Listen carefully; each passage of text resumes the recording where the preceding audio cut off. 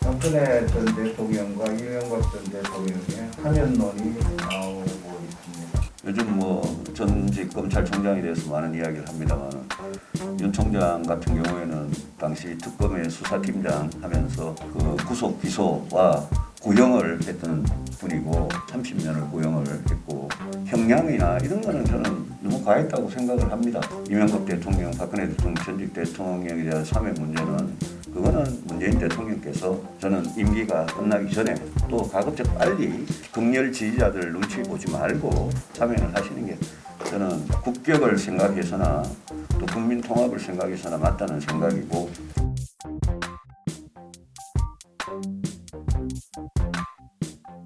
대선 승리를 위해서 뭘 할 거냐, 우리가 어떤 변화를 가져올 거냐를 몇 가지 말씀을 드리겠습니다. 첫 번째는 당의 변화와 혁신이라고 생각합니다. 지난해 4월에 총선을 쥐고 제가 그때 MBC 100분 토론 나가서 이런 이야기를 아주 비통한 마음으로 했습니다만 우리가 왜 졌느냐? 어제 아마 선거 결과를 보시고는 작년 4월에 저랬으면 우리가 수도권에서 16석밖에 못 얻는 그런 참패를 했겠느냐라고 우리가 아마 생각을 하셨을지 몰라도 작년에는 우리 새로운 보수당하고 자유한국당이 통합해서 미래통합당을 2월에 만들고 통합은 했는데 그때 김종인 선대위원장과 황교안 대표 종로에 직접 나가셨고 그 상황에서 치러진 작년 선거에서 우리가 정말 역사상 최악의 참패를 했지 않습니까? 그때 저는 수도권 앞으로 우리 국민의힘 야당이 수도권과 중도층과 젊은층 이게 꼭 맞는 이제 분류인지는 모르겠습니다만은 많이들 이렇게 이야기를 하니까요. 수도권 서울, 인천, 경기 플러스 약간 더 넓게는 대전, 충북 정도까지 수도권과 중도층 자기 스스로를 중도라는 게 무슨 이념이 있느냐 없느냐 이게 중요한 게 아니라 자기 스스로 나는 중도다, 나는 보수다 아니고 진보도 아니고 나는 중도다라고 스스로 아예 그렇게 규정하시는 국민들이 그게 30%가 되든 40% 되든 분명히 실제하는 한은 그거는 엄연한 현실이고 실제고 그분들한테 또 젊은 층 이번에 여러분들 2030, 40의 위력을 보셨을 겁니다. 40대에도 우리 후보들이 굉장히 선전을 했습니다. 20대, 30대의 변화는 놀라운 변화입니다. 여러분들 20대, 30대가 10년 전, 20년 전에는 투표율 자체가 굉장히 낮았는데 언제부턴가 20대, 30대, 40대의 투표율이 굉장히 높아지고 60대나 70대 비슷한 투표율로 올라오고 그게 선거에 미치는 영향이 굉장히 커졌고 이번 선거에서 보수 정당이 젊은 층의 표를 이렇게 많이 얻는 거는 이거는 정말 역사상 저는 처음이라고 생각합니다. 여기에서 그냥 이번에 일회성으로 이렇게 지나갈 게 아니라 우리가 지금 20대, 30대라고 보수 진보라는 그런 이념적인 어떤 성향, 분류 여기에 크게 좌우되지 않으면서 굉장히 개인주의적이고 합리적이고 상식적이고 그다음에 굉장히 솔직하고 자기 원하는 것 그대로 다 이야기하는 우리 딸, 아들 그 세대하고 우리가 어떻게 그 세대의 마음을 앞으로 계속 잡을 수 있느냐. 저는 이거는 우리 당의 아주 장기적인 사활과 관련된 문제라고 저는 생각을 합니다.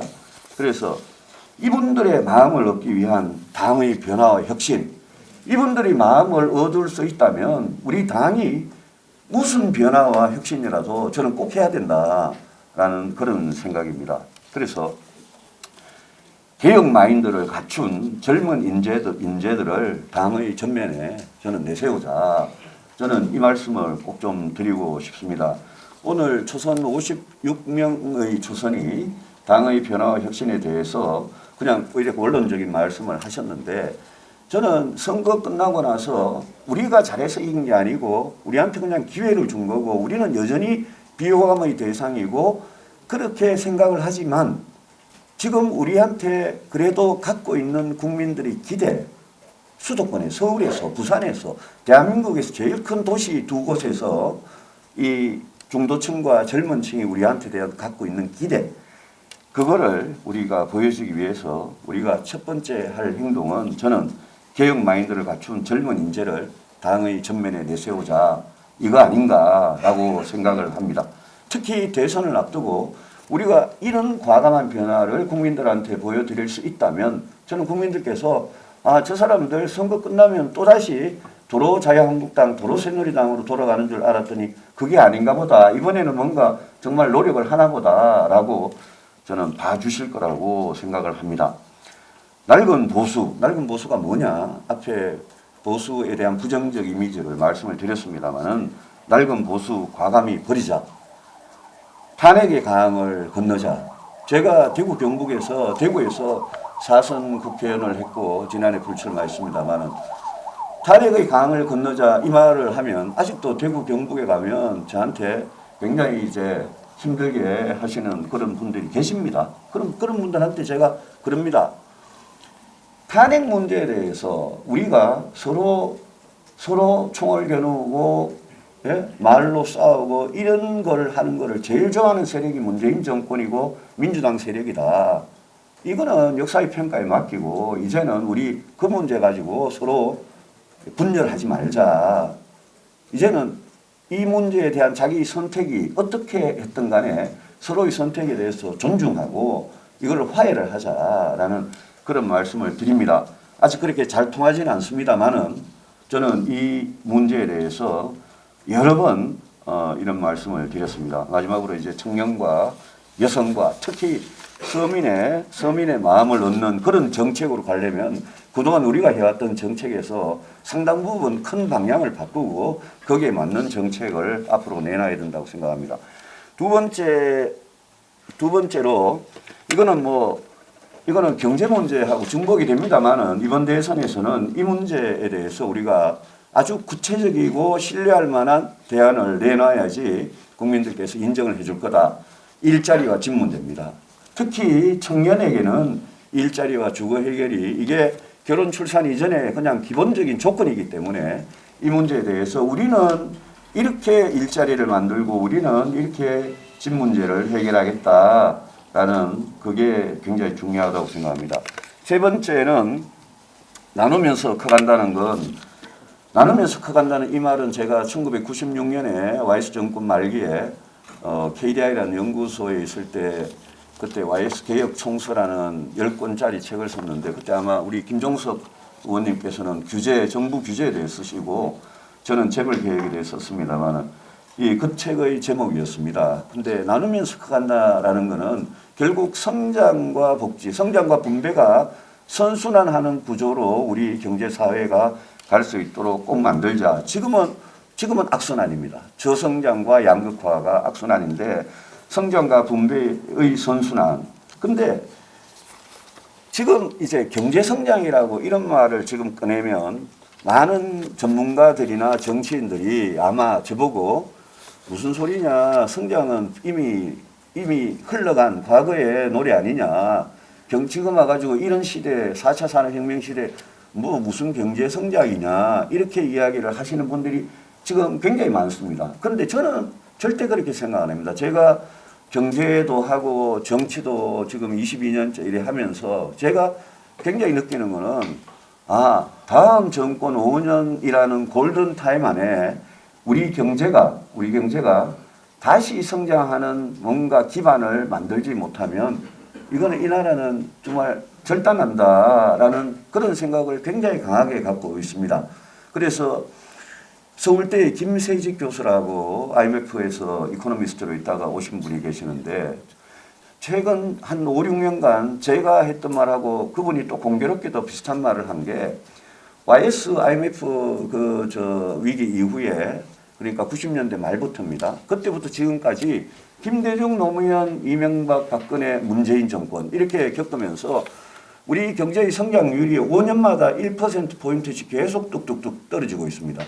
그래서 많은 전문가들이 2100년까지 우리 경제를 아주 완만하게 이렇게 성장률이 내려가는 걸로 생각하고 저성장은 불가피한 우리한테 예정되어 있는 그런 추세다라고 말씀을 하시는데 그게 아니라 그렇게 완만하게 내려가는 게 아니라 지금 지난 25년 정도 동안에 그냥 5년에 1%포인트씩 뚝뚝뚝 계속 떨어지면서 무슨 4, 3, 2, 1 이렇게 카운트다운 하듯이 떨어지면서 우리 경제가 추락을 하고 있고 그렇게 추락하는 게 우리 경제의 인구 변화, 저출산 문제하고 막 딱 맞물려 가지고 서로 이렇게 악순환 구조로 가고 있습니다.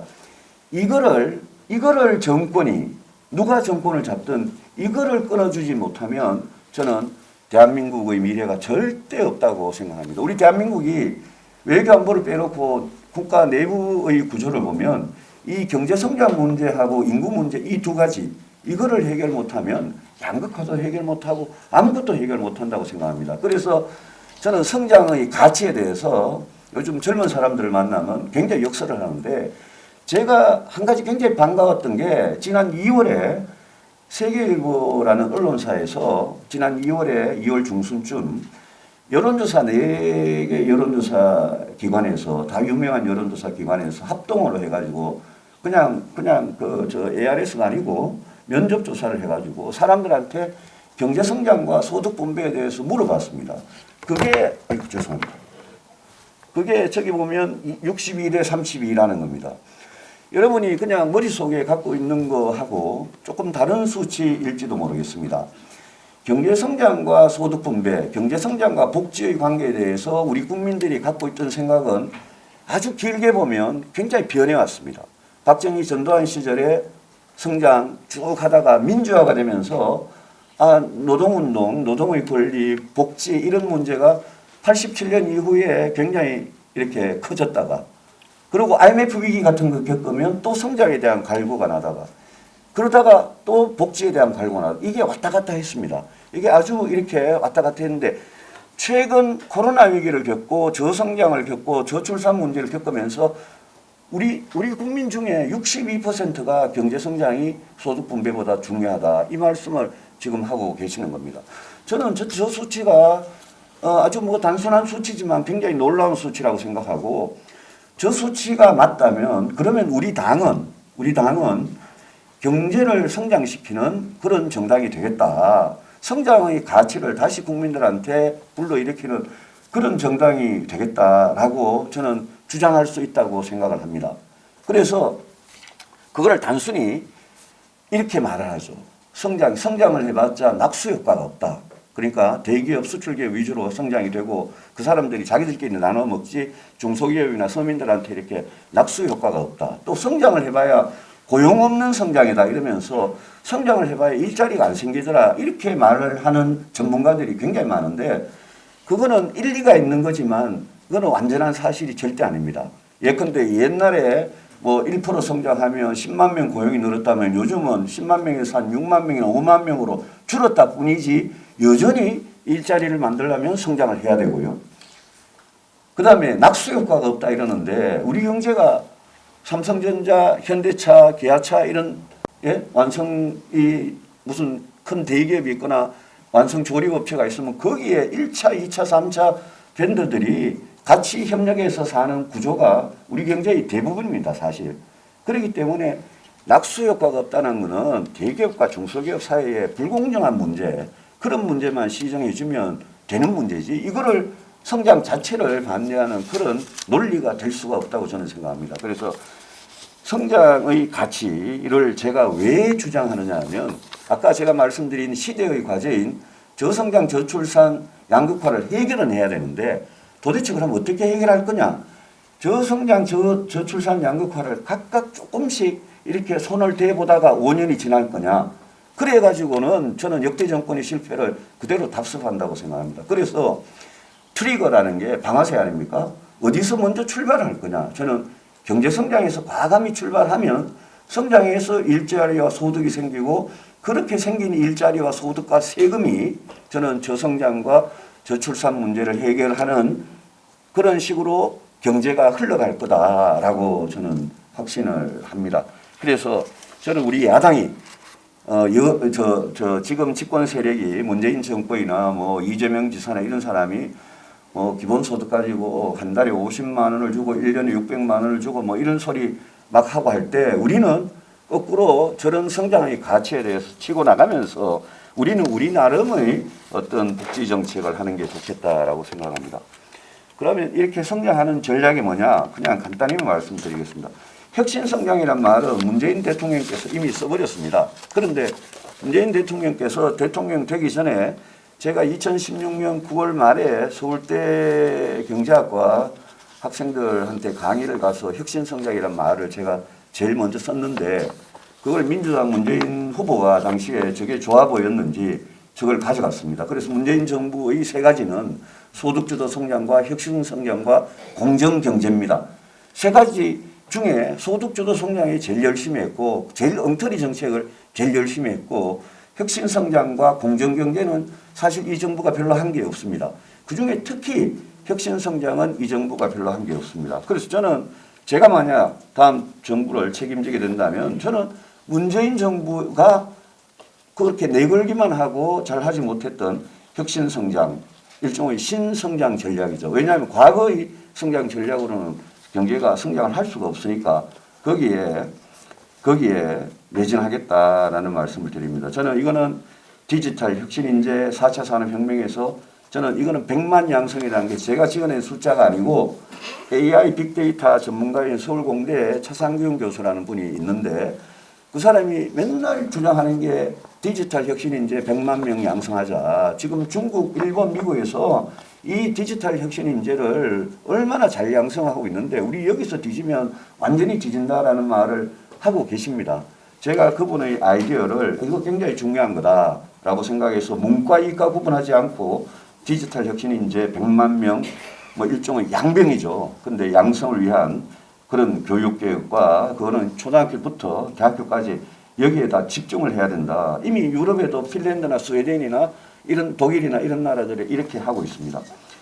노동개혁은 여기 계신 분들께서 뭐 너무나 겪어보시고 특히 환경노동위원회를 하신 분들은 잘 아시겠지만 노동개혁은 영국의 대처나 미국의 레이건이나 스페인이나 이런 데는 공권력을 동원해 가지고 그냥 파업을 어떻게 보면 이렇게 좀 진압을 하고 대체인력을 투입하고 이런 식의 노동관계를 했습니다. 그런데 여러분들 잘 아시는 독일이나 덴마크나 네덜란드나 스웨덴이나 이런 나라들은 노동개혁을 공권력을 동원해서 안 하고 정부가 관리자, 중립자 역할을 딱 하면서 노와 사한테 각각 정부가 카드를 가지고 변화하지 않을 수 없는 그런 노사정의 합의를 타협을 이끌어낸 거는 뭐 여러분이 잘 아실 겁니다. 그래서 이 노동개혁은 문재인 정부 들어서 뭐 맨날 민주노총, 한국노총하고 이 사람들 같이 하느라고 전혀 시도조차 안 했고 박근혜 정부 때 2015년, 16년에 김대환 노무현 정부 때 노동부 장관 지내신 김대환 노동부 전 장관께서 그때 노사정위원장을 맡으셔가지고 추진을 하다가 마지막에 그냥 두 가지가 걸려가지고 노총에서 그냥 거부를 하는 바람에 못한 겁니다. 그때도 시도는 했습니다. 이명박 정부 때도 시도했다가 실패했습니다. 이거를 할 수 있느냐 없느냐는 저는 굉장히 중요하다고 생각하고 플렉시큐리티라 그러는데 유연 안정성이라고 더 유연하게 고용을 가져가되 노동자들한테 사회 안전망을 더 제공하는 그런 쪽으로 노동개혁을 해나가는 이거를 다음 대통령이 못해내면 안 된다. 지금 정권은 그럼 왜 못하느냐. 민주노총하고 한국노총하고 노동자들하고 가까운데 왜 못하느냐. 지금은 정부가 딱 나서가지고 노사정 사이에 중립을 딱 지켜야 되는데 딱 앉아가 협상 테이블에서 노 편만 듭니다. 그러면 노동자 입장에서 정부가 자기 편 드는데 사용자하고 타협을 할 리가 없습니다. 정부는 철저하게 중립자 모더레이터 역할을 하면서 노동개혁을 추진하는 이 노동개혁에 다음 정부가 성공할 수 있느냐. 저는 임기 초반에 이 노동개혁을 정말 밀어붙여야 된다고 생각을 합니다. 이 노동개혁을 하는 정치적 서포트는 그거는 저는 비정규직한테 받아야 된다고 생각합니다. 왜냐하면 정규직 대기업 노조들이 제일 반대하는 노동개혁이기 때문에 다만 비정규직들은 우리가 설명만 잘하면 그분들은 이 노동개혁에 대해서 저는 찬성할 수 있다고 생각하기 때문에 그런 정치적 동력을 가지고 이거를 꼭 밀어붙여야 한다고 생각합니다. 규제개혁은 우리 뭐 김종석 의원님 워낙 잘하시는 건데 규제개혁은 진짜 해보면 진짜 어렵습니다. 여러분 그게 뭡니까? 그게 무슨 택시였습니까? 갑자기 예? 타다 그것 때 여러분 국회에서 보통과 될 때 여러분 잘 아실 겁니다. 그러니까 미국이든 다른 나라가 지금 아주 새로 혁신적인 그런 택시 서비스를 하고 있는데 우리가 왜 안 되느냐. 이런 게 하나하나가 다 규제개혁인데 규제개혁 이거 하려면 그 사람들한테 정말 이거는 그 분들의 뭐라 그럴까요? 이 정말 이 직업, 자기 일, 자기 소득이 바로 직결된 문제이기 때문에 여기에 대해서는 굉장히 좀 지혜로운 걸 가지고 추진을 해야 되는데 이거 정치적으로는 정말 쉽지 않습니다. 그렇지만 안 해가지고는 이거는 아무것도 안 되는 그런 상태에 우리가 와 있습니다. 과학기술 혁신 정치적으로 인기가 굉장히 없습니다만은 다음 정부가 우리나라 같이 이렇게 국가 예산으로 R&D에 돈 많이 쓰는 나라도 없는데 그 R&D가 제가 보기에는 굉장히 문제가 많다고 생각하고 이것도 개혁의 대상이다라고 생각합니다. 그 다음에 우리 당이 좀 가야 될 게 차가운 머리 그러나 따뜻한 가슴이라는 것은 알프레드 마샬이라는 경제학자가 한 유명한 이야기입니다. 우리 당이 복지에 대해서 분배에 대해서 저는 분명한 철학과 원칙과 정책을 앞으로 갖고 가는 게 굉장히 중요하다고 생각을 합니다. 그런 철학과 원칙과 정책이 있어야지 민주당이 기본소득이니 뭐 전국민 재난지원금이니 막 이런 걸 갖고 들고 나올 때 우리의 원칙, 우리의 그 기준에 따라 가지고 받아줄 건 받아주고 반대할 거는 아주 분명하게 반대하는 그런 게 굉장히 중요하고 여기에 우리가 그동안 만약 이런 걸 우리가 부족했다면 헌법 10조와 헌법 34조가 이야기하는 인간의 존엄과 가치, 인간다운 생활을 보장하는 그런 복지국가에 대한 우리 마인드부터 좀 정립하고 아까 제가 말씀드린 코로나 이후에 K양극화를 해소하고 저출산을 해소하기 위한 사회안전망은 저는 확대돼야 된다고 생각하고 거기에는 예산을 써야 된다고 생각합니다. 다만 복지도 개혁돼야 될 부분이 분명히 있다고 생각합니다. 우리가 박근혜 정부 때 공무원연금 개혁, 제가 원내대표 때 김무성 대표님 그때 같이 지휘를 해주셨고 제가 원내대표 때 공무원연금법을 통과시킬 때 저는 뭐 그거 하고 제가 원내대표 그만뒀습니다만은 공무원 제가 얼마 전에 정의당의 전 대표가 공무원연금하고 군인연금을 국민연금하고 통합시키는 계획을 하겠다 이랬을 때 제가 바로 그날 아침에 페이스북에 정말 신선한 제안이다. 정의당의 대표가 어떻게 저런 제안을 하느냐 이러면서 제가 환영을 했던 적이 있었습니다. 그 대표는 지금은 안 계십니다만은 근데 이 복지도 분명히 개혁할 부분이 있기 때문에 우리는 연금과 같이 국민연금이든 공무원연금이든 군인연금이든 사학연금이든 연금이든 건강보험이든 우리는 개혁할 거는 개혁하면서 국가의 도움이 절실하게 필요한 분들한테 이 복지 혜택을 국가가 도움의 손길을 드리는 그런 사회 안전망의 확충에 대해서는 분명히 찬성하고 그렇지만 전 국민한테 함부로 모든 이 돈을 뿌리는 그런 포퓰리즘에 대해서는 반대하는 그런 식으로 갔으면 좋겠다라고 생각합니다. 그게 서구의 사회복지국가 특히 유럽에서 오랫동안 정립되어 온 철학과 원리에 충실한 복지정책이라고 생각하고 우리가 이런 기준과 정신과 이런 걸 분명히 갖고 있을 때 민주당에서 하고 이재명 지사가 하는 그런 악성 포퓰리즘하고 분명히 차별화할 수 있다고 생각합니다. 우리는 복지를 안 하겠다라는 그런 정당으로 비추는 것은 저는 결코 원치 않습니다. 우리 하는데 우리는 정말 국가의 도움이 필요한 분들한테 우리는 하겠다. 그것도 뭐 민주당식으로 전 국민 하는 그렇게 같은 돈을 가지고 우리는 정말 어려운 분들한테 2배, 3배 드리겠다. 이런 정신을 가지고 하면 저는 충분히 국민들의 공감을 얻을 수 있다고 생각합니다. 그 다음에 말씀드릴 게 가치의 확장이라고 제가 불러봤습니다. 이거는 제가 2000년 2월 14일 날 한나라당의 여의도 연구소장으로 와서 지금 22년째 정치를 하고 있습니다만 저는 오랫동안 그때 이해창 후보 또 그 이후에 이명박 대통령, 박근혜 대통령 이렇게 우리 보수 정권이 국민들한테 비치는 거를 생각하면서 이 가치를 확장하는 이 문제를 저는 우리가 좀 꼭 공유를 했으면 좋겠습니다. 헌법을 똑바로 지키자. 제가 갖고 다니는 헌법책을 갖고 왔습니다. 요 빨간 책도 헌법책입니다. 제가 우리 헌법이 우리 국회법 그거 책 받으면 거기에 헌법인데 이제 그걸 잘라가지고 보다가 누가 헌법을 가지고 이렇게 출판을 했길래 제가 이거 한 권이 3,500원, 3,300원 샀습니다. 근데 제가 이 우리나라 미국에 가면 반디엘 루니스 같은 서점에 가면 이래 미국 헌법에 대해서 아주 막 금장이 착 돼가지고 아주 싸게 국민들한테 그냥 서점에서 막 그걸 팝니다. 근데 우리는 헌법에 대해서 특히 우리 보수 정당은 헌법에 대해서 정말 고민을 저는 안 해봤다고 생각을 합니다.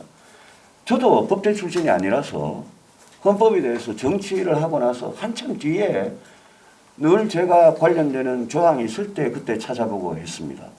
근데 저는 요즘은 늘 이걸 갖고 다니고 뭐 거의 외우다시피 합니다. 요 빨간 책은 뭐냐? 대한민국 헌법이라 그래가지고 제가 안경을 벗어야 보이는데 이거는 그 코미디언하고 우리 노사모 했던 김재동 씨가 만든 비매품 책입니다. 제가 이 책을 왜 들고 왔냐 하면 제가 국회의원 시절에 누구한테 헌법을 주려고 재헌헌법하고 우리 현행헌법 87년 헌법하고 두 개를 이래 수첩에 이래 만들어 가지고 주려고 그러니까 알아보니까 그것도 선거법 위반이 됩니다. 아무리 비매품이라도 정치인이 두면 그래서 한 박스 그냥 프린트 해놨다가 지금 그냥 창고에 썩고 있는데 김재동 씨라는 이분은 요렇게 요게 이제 헌법재판소에서 나오는 요 수첩이 요렇게 빨간색입니다. 근데 그거를 거의 닮아가지고 자기 뭐 책도 뒤에 하나 선전하면서 이렇게 헌법을 만들어가지고 여러분들 2016년 겨울에 촛불 시위 났을 때 이분이 헌법을 가지고 어떻게 이야기했는지 여러분들 그 장면 보신 적이 있으십니까? 저는 이분이 우리나라 헌법 몇 조 이러면서 그때 최순실 사건 나고 우리 촛불 시위 났을 때 그때 헌법을 가지고 우리를 공격하는 것을 저는 여러 번 봤습니다.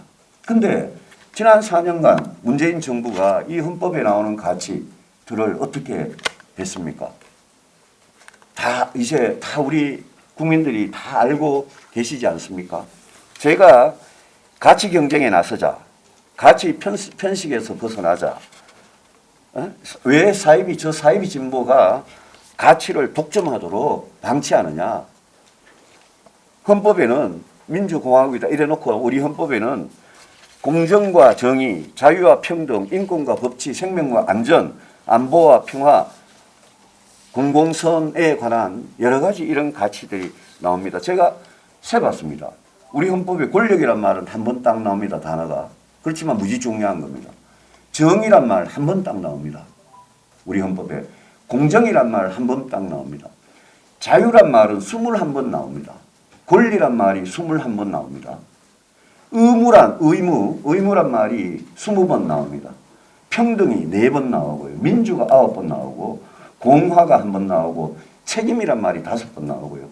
인간이란 말이 3번, 행복이란 말이 2번, 국민이란 말이 69번, 성장이란 말이 1번, 복지란 말이 3번, 분배란 말이 1번 나옵니다. 우리 헌법에 이렇게 나오는 단어들, 이 가치들에 대해서 우리 보수 정당이 어떤 입장을 정해야 되느냐. 저는 우리가 헌법 가치를 충실하게 지키는 그런 정치 세력이면 좋겠습니다. 저는 자유도 생각하면서 헌법에 나오는 모든 국민은 법 앞에 평등하다는 평등도 우리는 지킬 줄 아는 그런 정당이 됐으면 좋겠습니다.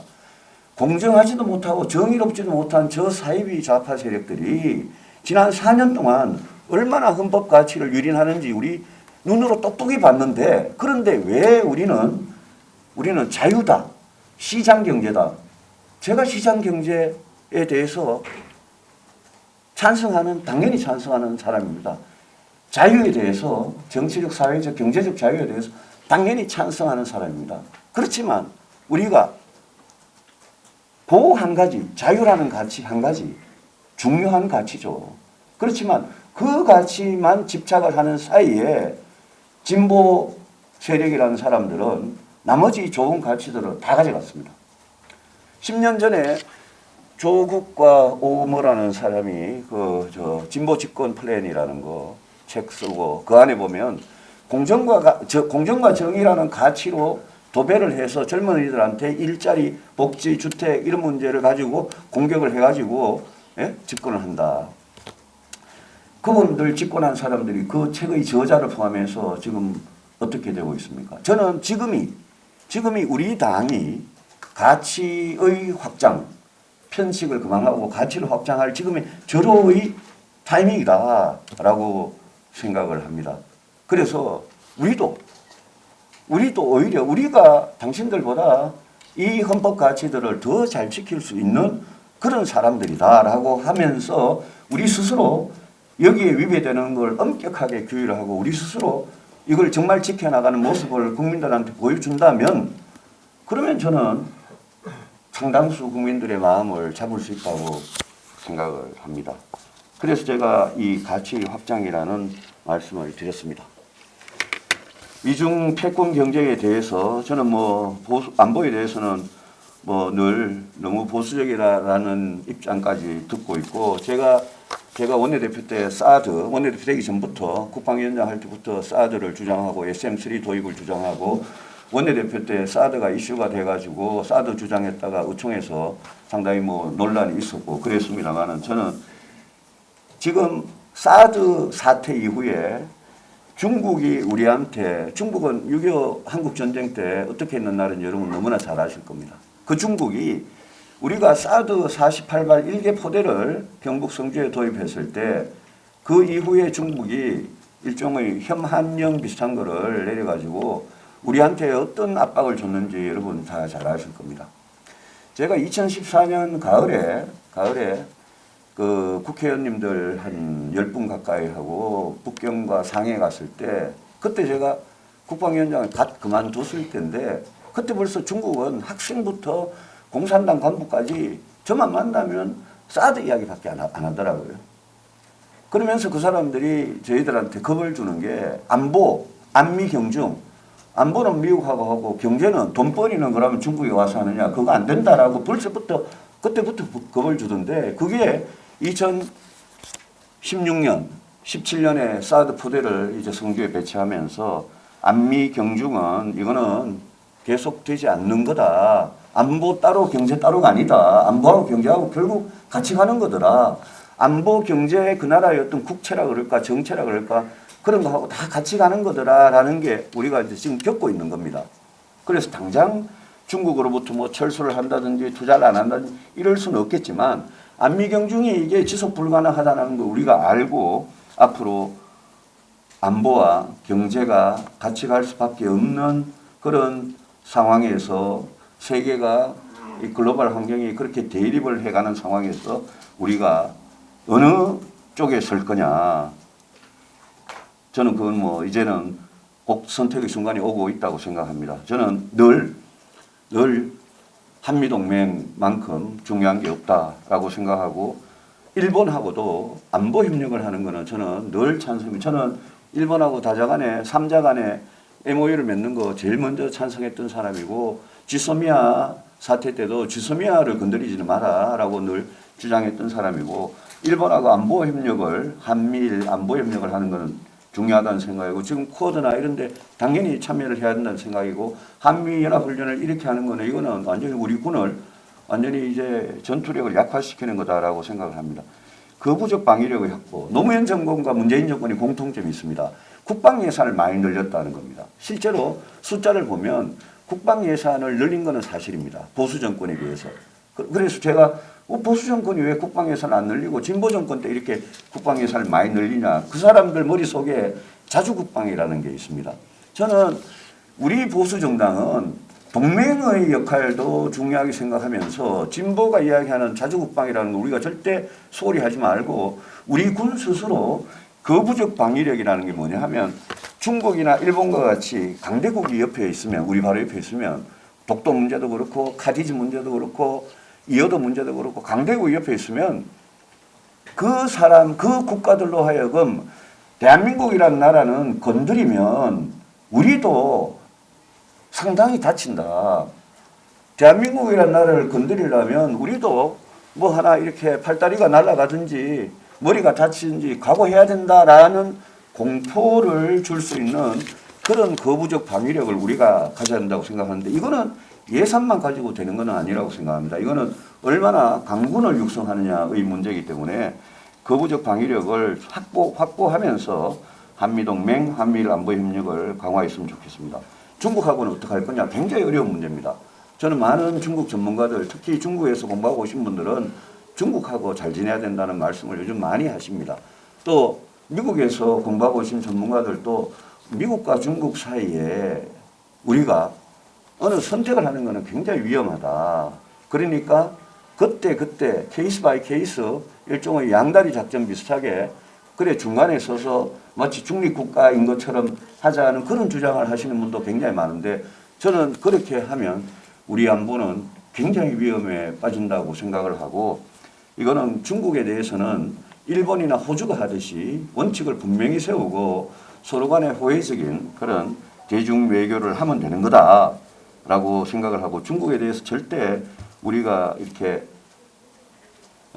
지금 문재인 정부가 하듯이 이렇게 위축되고 그래서는 안 된다라고 생각합니다. 최근에 미얀마 사태에 대해서 저는 페이스북에 2번인가 썼습니다만은 미얀마 군부 정권의 뒤에 이제 중국이 있다라는 그런 이야기가 돌면서 많은 나라들이 미얀마 사태에 적극적으로 뭔가 원칙을 표명을 하거나 미얀마의 민주화를 위해서 노력하는 이런 거에 대해서 굉장히 좀 꺼리고 있는 그런 부분이 있습니다. 우리는 대통령께서 트위터를 하셨고 국회에서 결의안을 채택을 2월 달에 했습니다만은 미얀마 사태는 그 이후에 더 걷잡을 수 없이 가고 있습니다. 이럴 때 저는 우리가 동아시아에서 민주화와 산업화를 다 이룬 국가로서 그냥 GDP가 세계 12위고 수출이 세계 6위다 이것만 자랑할 게 아니라 이럴 때 우리나라가 대한민국이 미얀마 사태 같은 데 대해서 어떤 원칙을 분명히 가지고 어떻게 대응한다라는 것을 저는 보여주면 좋겠습니다. 제가 중국말을 하다가 이제 미얀마 이야기를 합니다만은 저는 그런 게 우리나라의 국격을 올리는데 굉장히 중요하다고 생각을 합니다.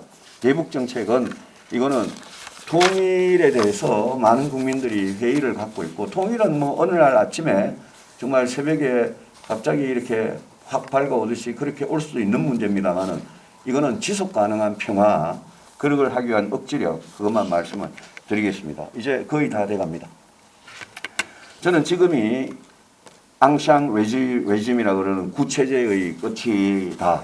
시대가 전환한다. 코로나가 그걸 더 가속화시키고 있고 4차 산업이 그걸 가속화시키고 있다고 생각합니다. 저는 박근혜 정부가 낡은 보수의 마지막이 되기를 바랍니다. 그리고 문재인 정부는 저는 낡은 진보의 마지막이 되기를 바랍니다. 진보가 각성을 해서 정말 문재인 정부를 낡은 진보의 마지막으로 만들지 안 만들지 저는 모르겠습니다. 그거는 그 사람들이 몫이고 우리는 최소한 이제는 낡은 보수에서 벗어나서 정말 한국 정치를 이끌어가는 그런 새로운 건전한 그런 중도보수 정치를 했으면 좋겠습니다. 저는 낡은 보수도 국민의 눈에는 낡은 보수도 이제는 끝나고 낡은 진보도 이제는 끝나서 기존의 진영이 결립하던 이 진영은 저는 상당히 해체되고 있다. 그렇게 생각합니다. 저는 최근에 중도층의 역할이 선거마다 굉장히 큰 이유가 저는 중도층이 이 기존의 낡은 보수와 낡은 진보의 염증을 느끼는 그런 중도층이 저는 정치적인 어떤 이 캐스팅 보트를 행사해서 선거의 결과를 좌우하는 그런 세력이 되고 있다고 생각하고 우리가 먼저 중원으로 가치와 정책과 그런 거를 다 이렇게 확대해 나가자라는 그런 주장을 합니다.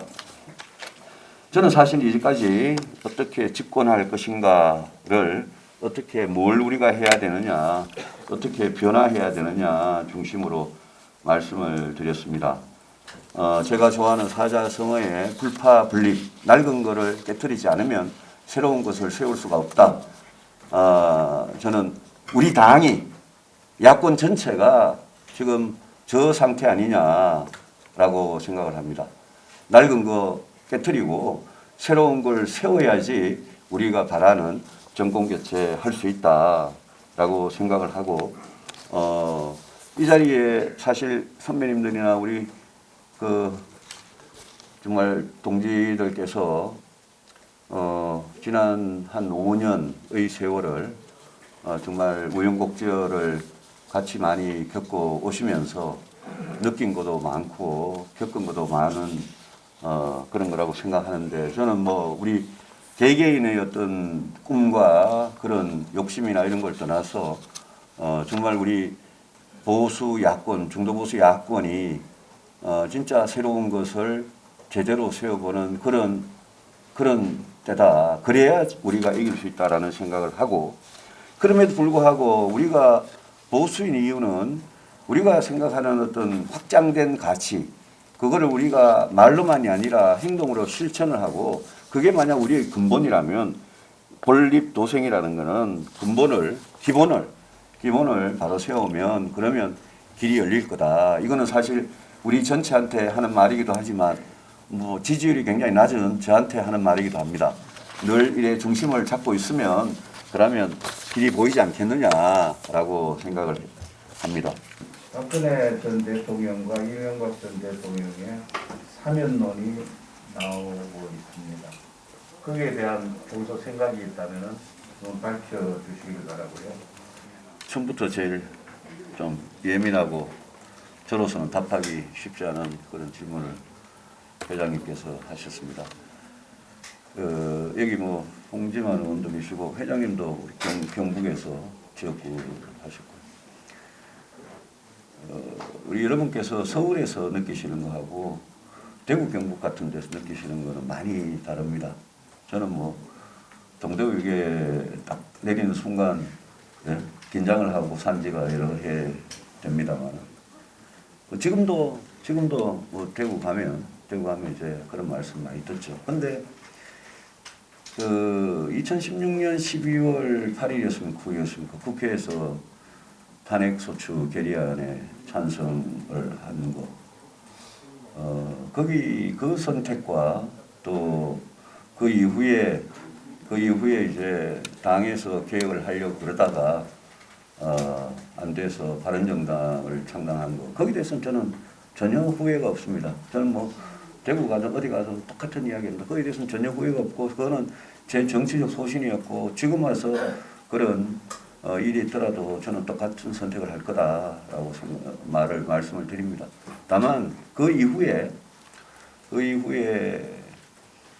그 사실 뭐 저로서는 아이러니한 게 요즘 뭐 전직 검찰총장에 대해서 많은 이야기를 합니다만 윤 총장 같은 경우에는 당시 특검의 수사팀장 하면서 그 구속 기소와 구형을 했던 분이고 그 구형량이 선거법 위반이나 국정원 특활비 위반 빼놓고도 30년을 구형을 했고 지금 이제 24년입니까? 형을 살고 계시는데 저는 구속 기소와 구형과 그런 거는 또 법원에서 형량이나 이런 거는 저는 너무 과했다고 생각을 합니다. 다만 법리적으로 어떻게 되는지 저는 뭐 잘 모르겠습니다만 그게 너무 과하지 않았냐라는 생각을 갖고 있고 다만 제가 지금 그런 걸 따지는 게 아니라 지금 와서 두 분 이명박 대통령, 박근혜 대통령, 전직 대통령에 대한 사면 문제는 그거는 문재인 대통령께서 저는 임기가 끝나기 전에 또 가급적 빨리 이 소위 말하는 극렬 지지자들 눈치 보지 말고 그거는 해결을 하시는 게 사면을 하시는 게 저는 국격을 생각해서나 또 국민 통합을 생각해서나 맞다는 생각이고 제가 이 사면 이후에 우려되는 부분이 있다라는 거는 회장님께서 말씀하신 건 제가 사실 정확하게 캐치는 못하겠습니다만은 무슨 말씀인지 어렴풋이는 알겠습니다. 그렇지만 저는 그런 게 지나치게 걱정할 필요가 없을 거다라고 생각하는 편입니다. 이번 선거에서 서울과 부산에서는 여러분들 서울과 부산에서는 국민의힘이 예뻐서 지지해 주신 게 아니다 그러시면서 특히 그 광화문에 태극기 부대 아스팔트 우파 집회에 나가신 분들이 그래도 투표는 똑바로 해야지 되겠다. 우리가 투표할 때는 힘을 합쳐야지 정권 교체가 되겠다. 이런 생각을 가지시고 어제 투표를 하셨다고 또 사전 투표까지 그래 하셨다고 저는 좀 이렇게 뭐 일화를 듣는 겁니다만은 듣고 있습니다.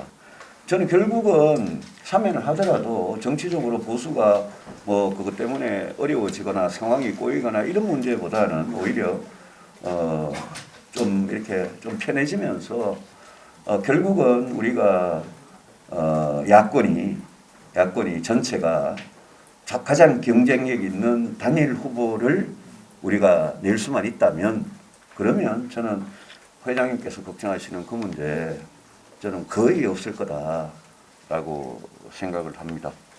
윤석열 전 검찰총장을 뭐 국민의힘하고는 아무 관계도 없는 분이긴 하지만 이런 분들이 과연 내년 12개월 남은 대선을 앞두고 어떤 형태의 모습으로 그분들이 통합해서 결승에 나갈 수 있을지. 윤석열 총장은 당연히 국민의힘의 야권 후보고 저는 그분은 이미 사실상 정치를 시작했다고 생각하지만 본인이 언젠가는 이제 공개적으로 자기 분명한 정치에 대해서 밝힐 의무가 이제 있는 거죠. 이제 그분이 언젠가는 밝히고 그분이 하겠다는 정치를 어디서 누구와 같이 하는지를 그분이 저는 정해야 된다고 생각합니다. 모든 건 그분한테 달렸습니다만은 저희들 입장에서는 지금 국민의힘 모습보다 원내대표 경선과 전당대회를 거쳐서 우리가 지금보다 국민들한테 훨씬 더 변화하고 혁신된 모습으로 다가가고 지지도가 올라가고 그럴 수 있다면 저는 국민의힘이 윤 총장 같은 분한테도 훨씬 더 매력적인 그런 대상이 되지 않겠습니까? 밖에 계시는 분들이 늘 우리한테 하는 말이 국민의힘은 아직 멀었다, 옛날하고 똑같다, 변한 게 없다 이러면서 그게 그분들이 들어오지 않는 핑계 같이 보인단 말입니다. 근데 그걸 우리가 아예 없애자. 그러면 제가 아까 말씀드린 야권에서 이번 봄, 여름, 가을을 거치면서 초겨울이 되면 이제 우리가 후보를 정해야 되는데 야권의 단일 후보를 우리 국민의힘이라는 일종의 굉장히 이 플랫폼이 열려있는 그런 상태에서 우리가 야권의 뭐라 그럴까요? 제일 큰 이 맏형 조직으로서 우리가 그분들이 원하는 변화 우리가 다 조금씩 들어주고 그러면서 그분들이 우리하고 같이 하도록 하는 게 그게 저는 맞는 거 아니냐라고 생각하고 저도 늘 그렇게 생각합니다.